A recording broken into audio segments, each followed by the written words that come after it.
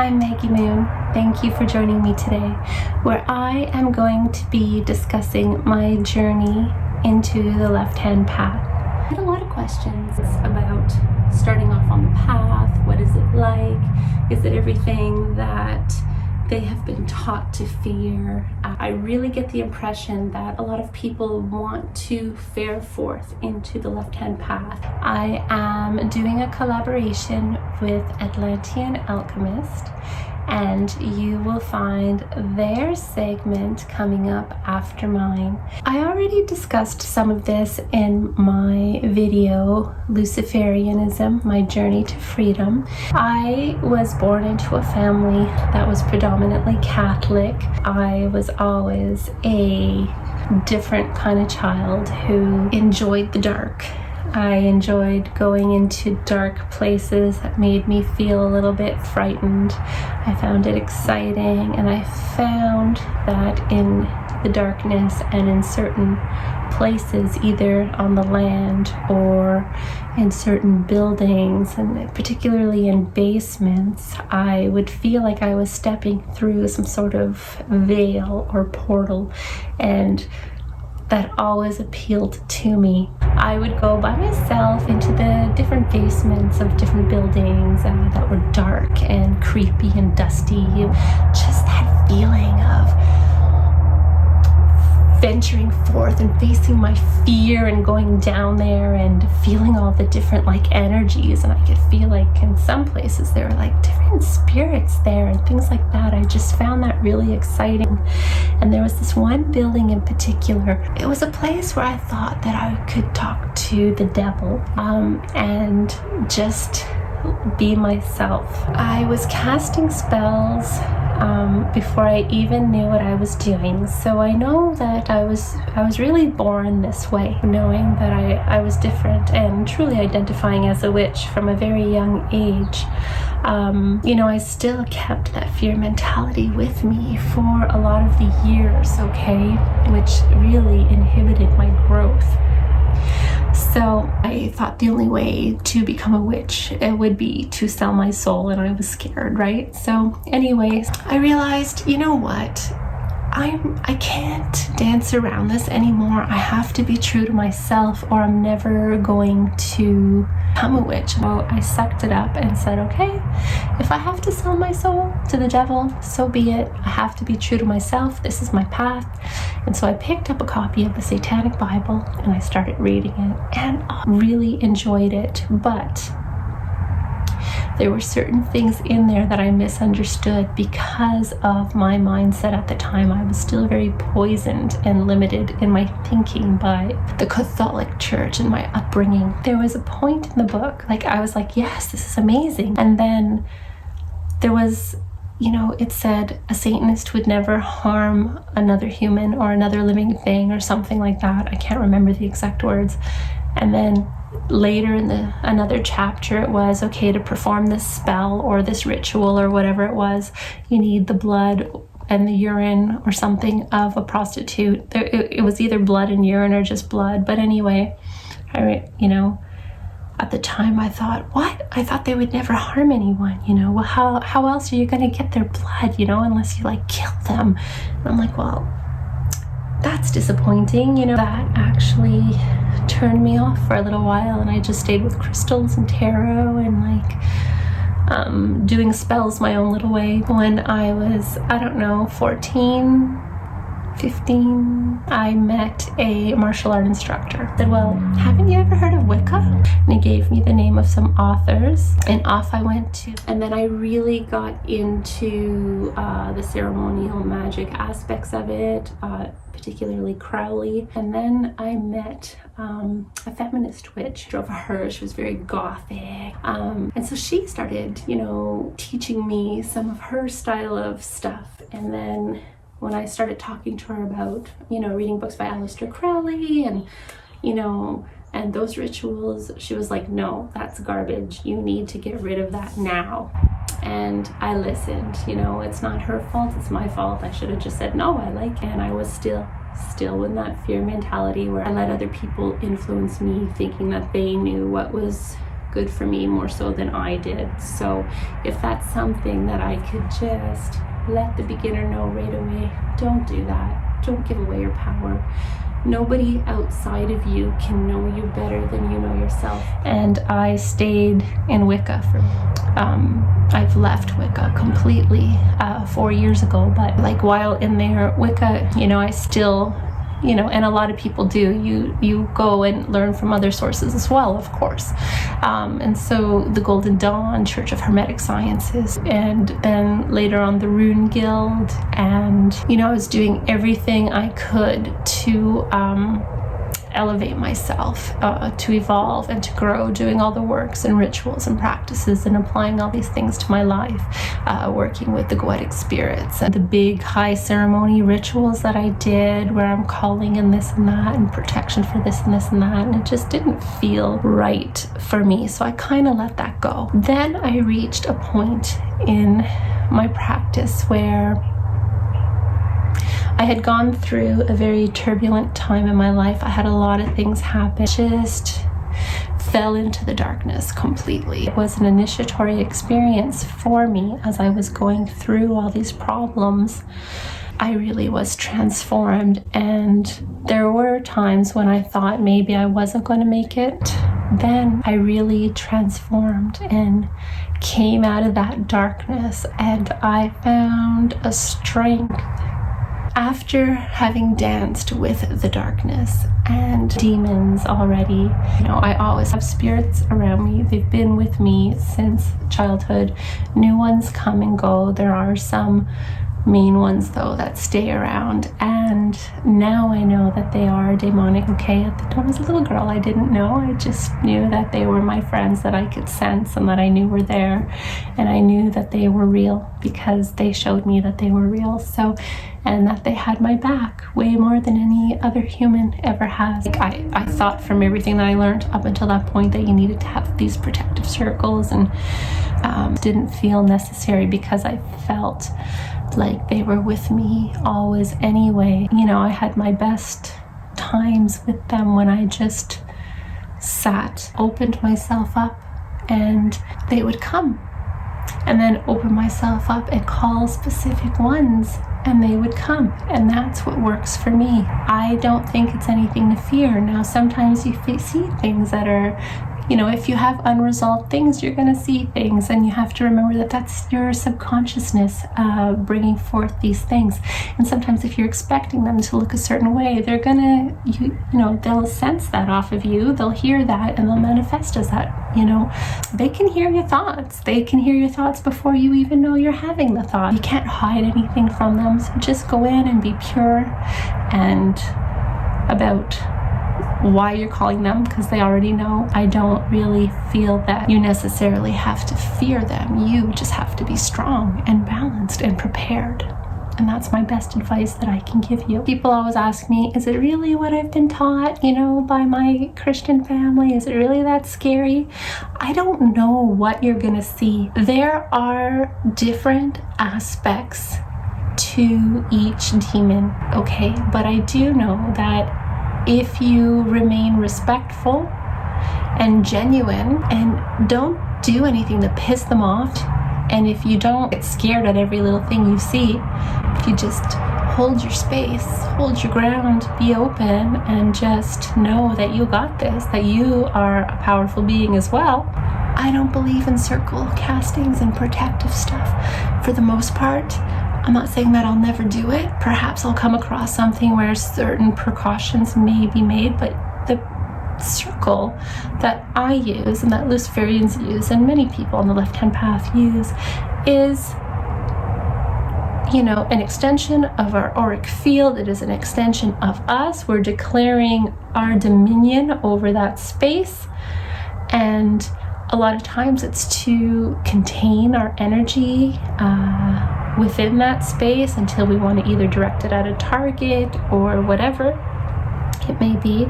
But it's just our own little universe that we create for ourselves, our own, to communicate with the deities, whether you see them as being outside of you or inside of you, or as I do, both, because I feel that, I'm a point of consciousness. I'm an astral body I just have this physical suit that gives me that illusion of separateness, but we're not separate. Okay, but we are our own individual points of consciousness, our own being. I hope that this has been of some help, and until next time, wish you dark and wild blessings. Alrighty, hello everyone, welcome back to the channel. My name is Christian, aka the Atlantean Alchemist. And in today's video, I got something special for you guys. So joining me is the lovely Maggie Moon of the Left-Hand Path. She is going to be coming in this video, giving her side of the story of how she started her path, how she started out with demons, working out with them, her story. But first I'll be answering her questions that she left me, and I'll be going into my story. So if you're new to this channel, I talk a lot about spirit work, magic, and the right hand and the left hand path. So if you're interested in angels, demons, gods, magic, all the works, stay tuned for more. So let's get started. So the question she left me was, what made you take the plunge and conquer your fear and work with demons? So my story kind of began about, it was 2 years ago. Actually, I think it was 3. So about 3 years ago, I was in community college, and I met a friend that I knew 2 years back from even then, online. We were in an online coven together, and we had lost touch, and we ended up in the same acting class together on the last day of enrollment, which was really synchronistic. And she is someone who works deeply with Lucifer. And so when I got to connect with her, she never really put any of her agenda on me or whatever. It was more of her kind of slowly opening my eyes that things are not so black and white. My mentality back then was, I had this curiosity, this interest in darkness and those concepts, because I'm someone who has studied so much around light, around angels, and around gods. And I think it was around where I began enforcing my work with the gods that I grew interest in demons a little bit. But there was still this deep resistance due to religious upbringing, and that mentality of like good versus evil, and trying to get my mind around that. So I originally came to Atlantean and Hegenti. They were the first 2 demons I ever worked with. I had a stronger relationship right off the bat with Atlantean. He was a lot more open to me, although he took a lot of time trying to get me to open up to him, and he was testing me during those first 2 years with him, to see if I was ready to work with him or not, and where my mentality was. So he was challenging my beliefs before working with him. And in the end, I wasn't really ready to work with him at that time period. So fast forwarding 2 years after those events, I was in a group on Facebook called the Lightworkers Lab. I was very focused on the right-hand path of things. I seem to have gone to the other polarity after those experiences.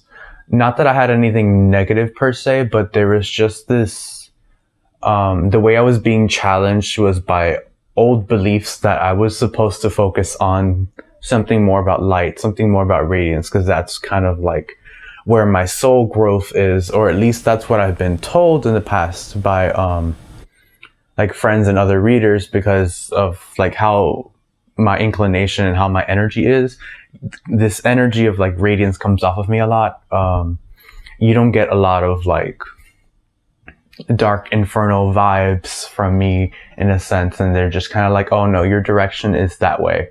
And later on, I was able to question that and be like, who are you to tell me what's right or wrong for me? But it took some time before I even got to even asking those questions. So I was in this group. I ended up falling in love with this guy that ended up being like an unrequited love and a codependent relationship. And I was left with this choice of continuing to stay with that group, even though I had outgrown it already, and being stuck in these ways of being too dependent on other people to not do things for myself, or choose myself and give up on these like things that are not holding any sustenance for me. I'm not getting anything out of it, just what I'm pouring into it and nothing back. So eventually I made the choice to choose myself and leave that whole scene behind. And when I made that choice is really when I think I learned the lesson to be able to begin my journey through the left-hand path, or integrating those aspects of it. And I was able to work with Dantelion again after getting some work done, with some help with some readers that are friends of mine. We discussed kind of what Dantelion's intentions were in my work with him. So Dantelion really helped me on a subconscious level of clearing out the fears. The more conscientious stuff I had to kind of work through by changing my perception. And I think there was this one book I read that really changed my perspective of things, which I think it was called The Power of Shielding or Protective Magic, which was from Christopher Penczak. In that book, he talks about identifying what you're trying to protect yourself from. It's not enough to say that something is evil, and to change the way that you word things. So it's kind of like this understanding that nothing is black and white. Everything is in this gray spectrum. If something is attempting to harm you, it doesn't necessarily mean that it is evil directly. That's what you would call a discordant or an antagonistic force. So there's forces that are particularly just against you. There's forces that may be healing to someone else, but they're not healing for you, or vice versa. And you have to understand that when it comes to energy is neutral, but when it interacts with your own, it can be beneficial or harmful, and you have to know what's best for you in that sense. And the same thing with spirits. Spirits, especially like demons, are like people. They have their own moral ethics. They have their own judgments, and they have their own feelings that are based off their experiences. And it's the same thing with people. Nature versus nurture. We're all created by our experiences, largely. And it's the same thing with spirits. And their natures are kind of ingrained within them as well as with people. So that's what you have to understand, that neither light nor darkness is good or bad. And you have to also understand that there's going to be harmful things in the light as there is going to be in the dark. So it doesn't really matter about that, but being aware of where the intentions, where the motives are, and what you feel about that connection, what you are sensing from that connection. That's what really set my relationship with Dantelion. And I think what helped me with him was he was never motivated by reward or anything like that. His desire only for me in my relationship with him was ever to deepen that connection and build that sense of trust and companionship. That was the thing that he wanted the most from me, because a lot of people come to Dantelion with these these wild dreams or desires, and just like, here, take this reward and make it happen. And it's not something that he likes at all. He is someone who likes to evaluate other people. He likes to analyze others, understand their intentions, their motives, and build strong bonds. And I found that to be a lot of what I like myself in my relationships. So me and Dantelion hit it off immediately. And when our relationship moved past those fear-based points, I began working more with Hagenti, brought back my connection with him. Although Hagenti, my work with him has strictly been more about like teaching. He's been more of like a teacher or mentor to me. So he's always been very serious and very diligent with my work with him. So I didn't have the same relationship like I did with Danteleon. And then from those two, I opened up to King Belial, to King Paimon, Vapula. They all kind of came to me rather than I to them. And the whole path kind of opened up with their gnosis and what they all represent. And in answering that question, I didn't really make the choice to plunge into all of this. It kind of happened as a result of the choices to choose myself first. I know a lot of people run into these fears working with spirits, especially things with darker aspects. But it's just that realization that things are not so black and white. And really the difference between the right hand path and the left hand path is that the right hand path deals more with matters of like being in matters of like collectiveness, harmony, like this unity, oneness kind of complex. The left hand path is more about self-mastery. It's about culminating your sense of your own godhood. And what I mean by godhood is your ability to make your own choices, realizing that no other power outside yourself knows more of what's best for you than you do yourself. And this is something that was difficult for me because even I always thought that my guides, the gods that I am devoted to, or the angels that I work with, things like that, have always known more than I do about what's best for me, because they could see the grand picture, because they could see past, present, future, and we're stuck to a linear time frame. But in reality, the only reason they know what's best for us is because they're constantly communicating with our higher self, which is the one that knows what's best for us because it is us. And that realization of what you are beyond this like linear time frame, and realizing how much you're actually capable of, you are really the master of your own life. And all those guides, all those gods, they're really just supporting on what you want to do. And that's kind of been the path with my gods. I am largely devoted to Freya, Odin, and Athena. And my work with them has really been about cultivating my sense of self as a leader, as someone who can put myself out there as a teacher, and to be on equal terms with them. That's really all that they wanted. They want me to think for myself. They want me to do what I think is right for me and to involve them co-collaboratively in my works. And that's the same thing that the demons want with me. And it's always been very positive in all respects. And honestly, I don't regret my choice of choosing myself. There's a lot of things that I ended up sacrificing in my life in the process, but realizing that all those past relationships are really built around relationships that really weren't honoring me and respecting me, it was a valid thing to release in order to, develop myself and put myself out there. If I didn't go through what I did, I wouldn't even have this YouTube channel for you guys. Let alone have developed myself so much further on my own than trying to grow with a community, if that makes sense. I find validity in both sides of things, which is why my channel is about the left hand and the right hand path. I just feel like we should be individuals who really orient to ourselves first and find that mastery in ourselves, but also honoring like the divinity within other things.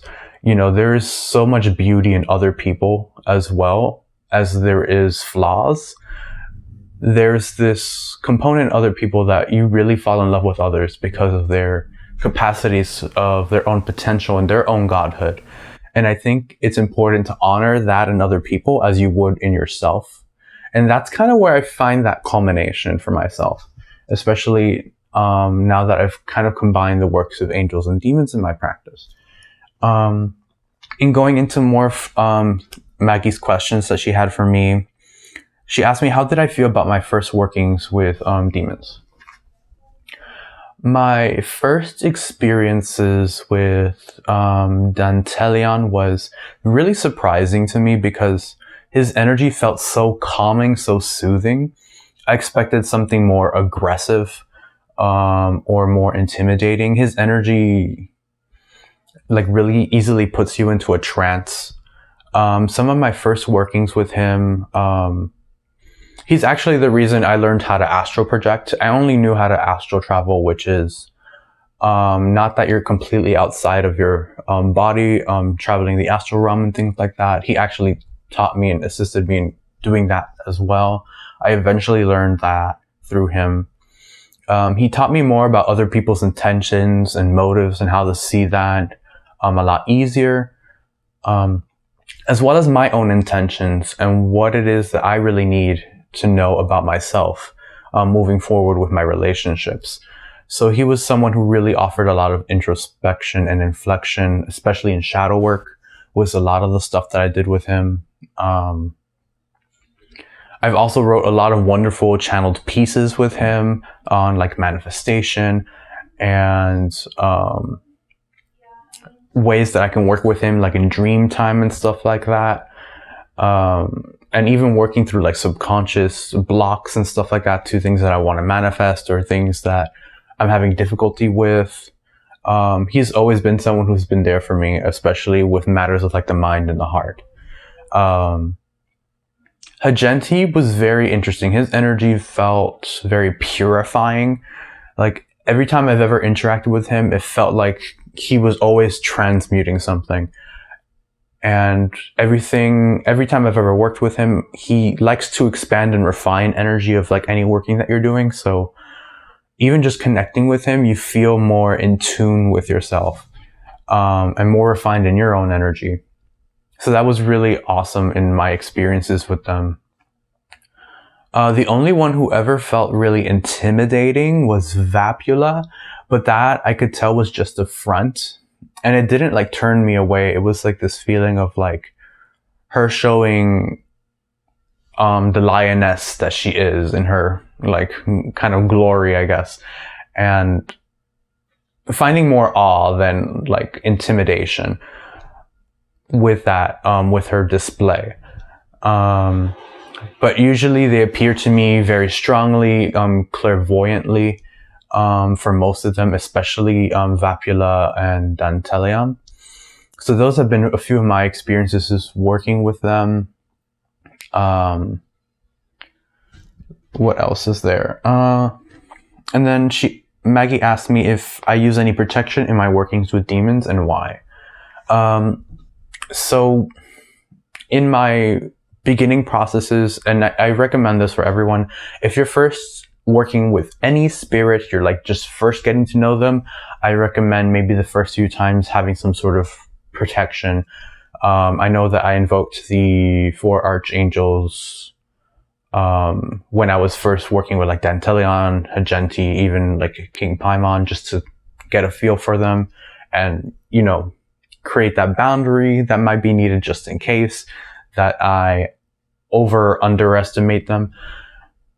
So that was just a precaution.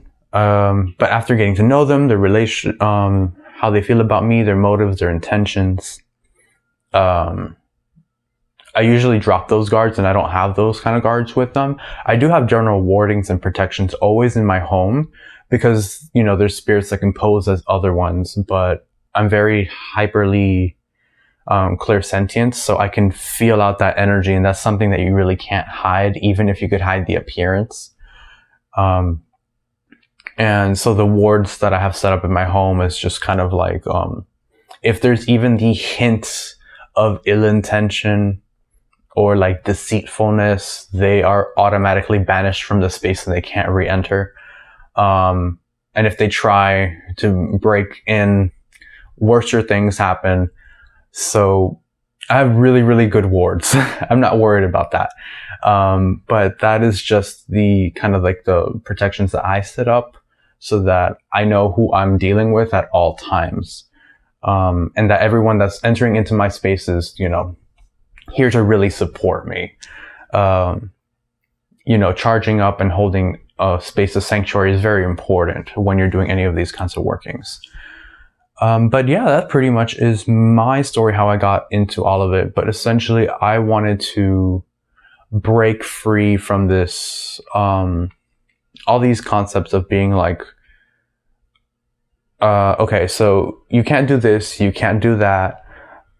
This is what's best for you, and you have no say in the matter. And I kind of didn't really sit with myself and be like, okay, is this right or wrong for me? And really, I think what drove me to matters of working of the left-hand path was that I always had this inclination to find some sort of middle ground, because I always felt like both things were sacred, especially unified in my practice since like day one. And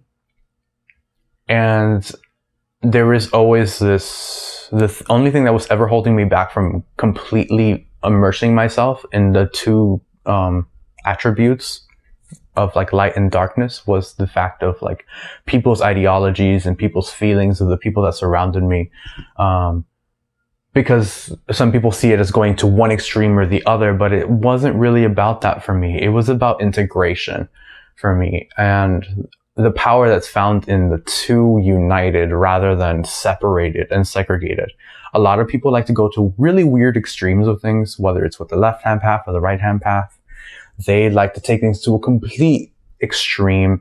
Some people really twist the left-hand path and make it this whole thing about like obsession with power and money and materialism. And they take it into a weird place with the spirits themselves, and they really disrespect the spirits, not treating them properly like they should be. It gets really dark there, or it could go way too light and submissive on the right-hand path, because then you're just like, oh, everything is of the gods or of the spirits, so, you know, I have no will of my own, ego is bad, these kind of concepts. And both extremes are bad. You have to find your middle ground, whatever is that for you. So that's been my experience, and that's what I try and culminate in this channel. I know that I'm all over the place sometimes, and I've just started studying the Kabbalah, and even the antithesis of with like the tree of death. I don't know how to pronounce the other name, but I've started going into even that, and that is something that's going to be on my channel. I'm going to be talking about alchemy, everything. But I also realized I have to go to my roots and talk to you guys about how to even build yourself up to create those foundations for these powerful spiritual experiences and bigger topics like those. But thank you guys for hearing my side of the story. I'm going to have some questions here for Maggie to go over for you guys. So my questions to you, Maggie, are: who was your first demon you've ever worked with?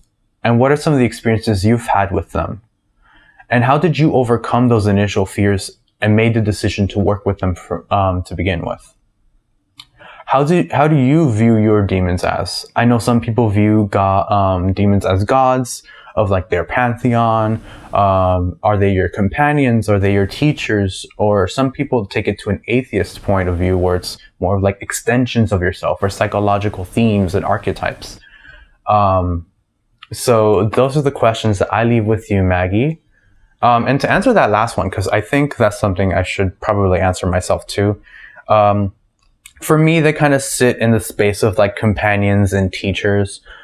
Although I think like King Paimon, King Belial kind of reach into the realms of like being of a pantheon. Not that I necessarily view them as gods. Godlike, yes, absolutely. And it's extensions of myself in the sense of like, I feel like they're beings that, they feel like they represent something bigger than themselves by their energy. Like Dantelion feels like he represents human consciousness in a collective level with how he's able to really reach into everyone's mind and understand them on a deeper level and what they're thinking and what they're feeling. I think they kind of represent something bigger than themselves while also being a separate individual.